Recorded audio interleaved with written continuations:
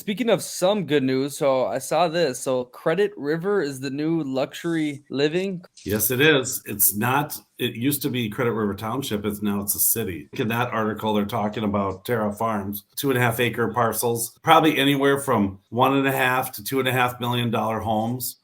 Sorry, that Terra Farms is more kind of like 1 million to 1.5 million.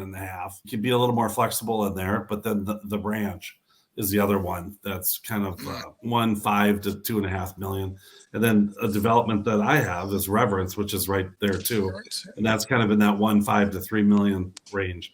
But there's a lot of, except for like territory, big acreage parcels that are in Credit River. So that being close to town and being between Lakeville and Prior Lake, someone gets a little land, builds a little bigger house, and thus there's the luxury market. I was going to say, plus, you look at a lot of the new housing developments as well. And that, I think there's going to be a push for that in the future here, having a little more privacy, having, that, hiddenness or that, whatever you want to call it, being out on a few acres and then having the ability to, have the house that you want. I think there's a lot of architecture that gets limited with building when they have the building pad widths at 50 feet or 60 feet. You can barely fit a 3-car garage on a normal house. So the wider lots, when we get the opportunity to buy them, we as a group always buy them because it's always a guaranteed sale for us. And it's interesting when you talk about those, that little building pad limits you. We're doing a house right now, we're designing it in Credit River. The garage does have to be 100 square feet smaller than what the house is. And so we're doing exactly that. I mean, the house is like 4,200 square feet. The garage is 4,100. Then incorporating that so it doesn't look like just a big old garage. It's neat and it's creative, but if you didn't have land, you wouldn't be able to do it. Right. When you talk about the luxury thing,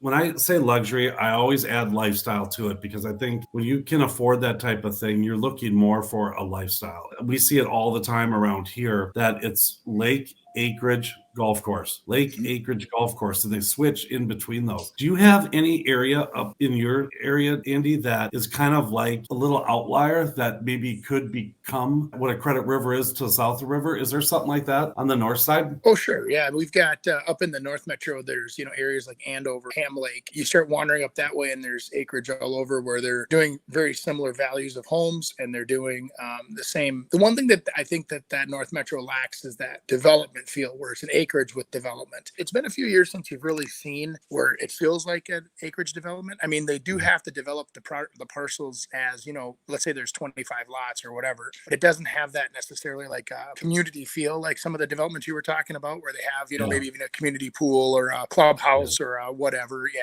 So very hard to be profitable. For an example, like we have lot prices up here that are in the 130s to let's say 220s.